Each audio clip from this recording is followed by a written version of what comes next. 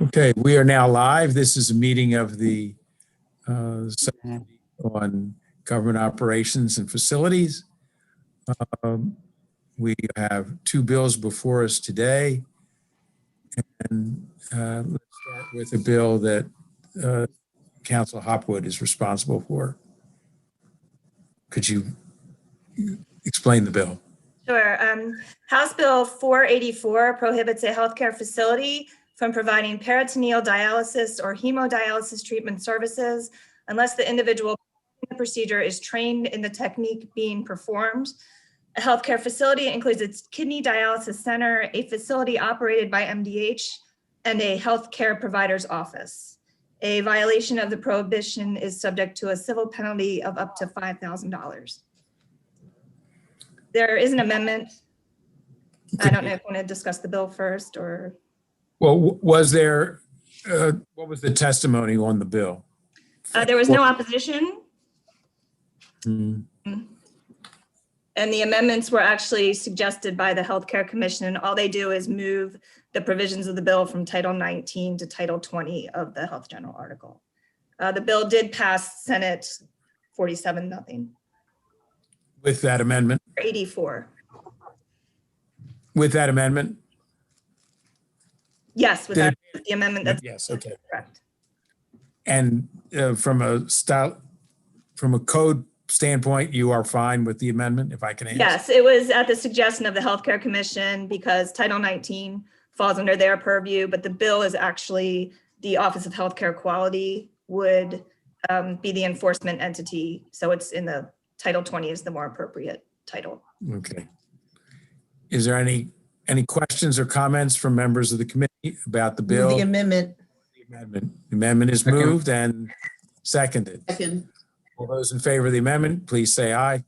Aye. Aye. We can do it verbally. All those opposed? There are none. Is there a motion on the bill as amended? Move the bill. Second. Oh, there's a question. I see a question. Yes, I'm sorry. Thank you, Delegate Sligo. Thank you, Mr. Chairman. So I don't know enough about dialysis. I think I was in ECM for another bill when this bill hearing happened. So I just want to make sure we're not going to limit people's access to dialysis. I mean, I like that we're making sure that they're trained to do these specific procedures, but then when I read the fiscal note, it talked about sometimes this is done in an office. Mr. Chairman, may I respond? Is that okay? Are you ready for a response? Yeah, please. I'm looking for help. Sending out a lifeline. Delegate Hill. So Delegate, I had some similar concerns because as you point out, dialysis can be performed in people's homes. People can hook themselves up to peritoneal dialysis and do so all the time. It doesn't necessarily require a machine. And the training is really can be as simple as this is what sterile technique is. This is how you clean something before you plug it in. It doesn't require going to a course. It just is to make sure that if a facility is doing it, they don't just tell someone, plug someone in. They make sure the person they tell to do it has actually been shown how to properly facilitate it. So I asked a similar question and was satisfied that the advocates also were not trying to stop people from doing dialysis in all of the settings that they're doing it in now. And there seemed to be a sense, even from HCSRC or the other folks who testified for the healthcare community administration, that this is not prohibitive in any way. So my follow-up question to you, Dr. Hill, is then if I can do my own dialysis in my home, who trains me? And if there's not official training, could then a malpractice attorney get involved and sue on my behalf because someone didn't train me or there's no documentation of training, or this training sounds loosey-goosey. Is there something informal, or how do we keep the medical malpractice attorneys out of this situation by creating something that seems like, it could be a problem? Yeah, so I would have to review the language in the bill. To your specific question, what will be happening if this were to pass is exactly what's happening now. So for you to do it at home, a nurse comes into the home and trains you or whatever family member is going to be doing the care, how to do it. Aaron has a. So the bill only applies to healthcare facilities. It doesn't apply to the home. Okay. So, and then also there was, the department would adopt regulations. So I think the training that would be required would be in regulations. There was testimony at the hearing from the Board of Nursing that it's like a 2 to 4 hour course, and you would just basically have to show competence in the procedures. So it does say the office of a healthcare provider, but Correct, but not a home. okay, so it's in a healthcare facility or a doctor's office. Correct, or a dialysis center or a facility that's operated by the department or a health officer. And then a person would need this prescribed 2 to 4 hour training. So it isn't some kind of like, here's how you sterilize this. It's a more formal training. I mean, it's not laid out specifically, but it's receiving training in the dialysis technique. And it's going to vary depending on whether it's hemodialysis. Yes, correct. Peritoneal dialysis. And when they said 2 to 4 hours, what they mean is they're going to show you how to do it. Then you have to demonstrate that you understand how to do it. And that sort of, and I asked this question was to, so it's sort of like CPR, basic life support. And they said, yeah, essentially. And I would Okay. think that if it's consistent with state regulatory authority, that the provider can I did what I was required to do. That sets up a pretty high bar for any malpractice. And it Okay. doesn't require, I believe it doesn't require that people continue to retrain. I think my understanding of the bill, and Aaron, you can correct me, is that what it's essentially saying is that facilities need to be responsible for knowing that the people they have do these procedures where infections are a significant risk, that those people actually know what the heck they're doing. And it's not just, figure it out. Okay. And I know we have at least 2 esteemed attorneys, 3, a lot of attorneys, 4, 5, it's like lots of attorneys, and 1 physician. So if the physician feels like her colleagues are not going to get sued by us passing this in a way, I'm comfortable with it. Good discussion. Good discussion. I believe Delegate Hill, you had made a motion for a favorable, which was seconded. So how do you want to do this, Tyler? Do you want to do a roll call or hands? What's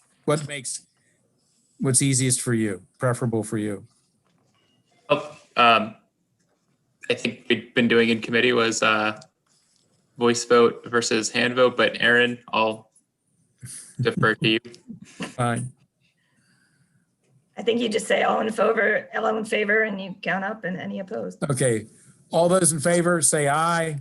Aye. Anyone opposed, please physically raise your hand. There are no votes, no one in opposition. Okay, thank you. Proceed to the next bill. Tyler? Okay, so the next bill is HB 38, State Government Department of Information Technology, Cybersecurity, from Delegate Carey. The bill currently, as drafted, is the same as the version that the House passed unanimously last year in the 2020 session. Just a quick overview that it requires the Secretary of Information Technology, consultation with a few other bodies, including the Attorney General, to advise, develop, and oversee consistent cybersecurity strategy for units of state government, as well as for counties, municipal corporations, and other subdivisions. But nothing in the bill is a mandate. These are more so guidelines for most bodies to follow. Okay. And was there testimony? Yes. There's favorable testimony from the Municipal League of Maryland, as well as from the Johns Hopkins University Information Security Institute, which is, they provided similar testimony last year. And then again, similar favorable with amendments from the University System of Maryland. They want an amendment explicitly excluding the University System of Maryland from the bill. They feel that the University System of Maryland is too distinct from state government generally, as far as the types of institutions and type of data protection that they need. So they want to be excluded from the bill. They don't think they would fit the way they phrase it, one size fits all, these guidelines that the secretary would end up developing. And so there is an amendment that Delegate Carey requested to explicitly exclude entities controlled by the Board of Regents of the University System of Maryland. I would just state for purposes for this, all such bills, not just this one. I think there is a strong presumption, not just in this subcommittee, but I believe for the full committee, that if we passed out a bill last year, the presumption is that we will pass the bill out this year in the same form, particularly in this instance where the bill did not receive favorable action in the Senate last year. There is a cross file this year, and the opportunity for the university system in this instance to amend the bill would be in the Senate, and then to discuss it with us when that bill comes over and/or in conference. I agree, and I will move favorable. I appreciate that, Madam Vice Chair. Is there, Mr. Delegate Carey, first Delegate's League has a question. Are we moving it with or without the amendment? Yeah, I'm confused. Okay, the amendment has. I would move it without if I may, I will move it without the amendment in the same posture it left the House last year. They can take it up with the Senate. I second. Okay. Is Delegate Carey present, or I don't see him. He was unable to make it. Okay. I had a similar bill to this a few years ago dealing with the health exchange. This is a great bill, and the guy that came out to testify is top notch, and we really need to ensure that we're protecting all the data, especially healthcare, with the exchange, all that personal information. So I would speak for Delegate Carey on his behalf to say its time is overdue for this. Okay, thank you. There is a motion for a favorable. No amendment has been offered. And has that motion been seconded? I believe it has been by Delegate Zaliga. All those in favor of the favorable, say aye. Aye. All those opposed, please physically raise your hand.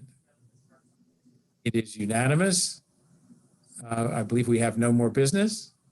So we will see everyone at 1:30. Thank you all very much.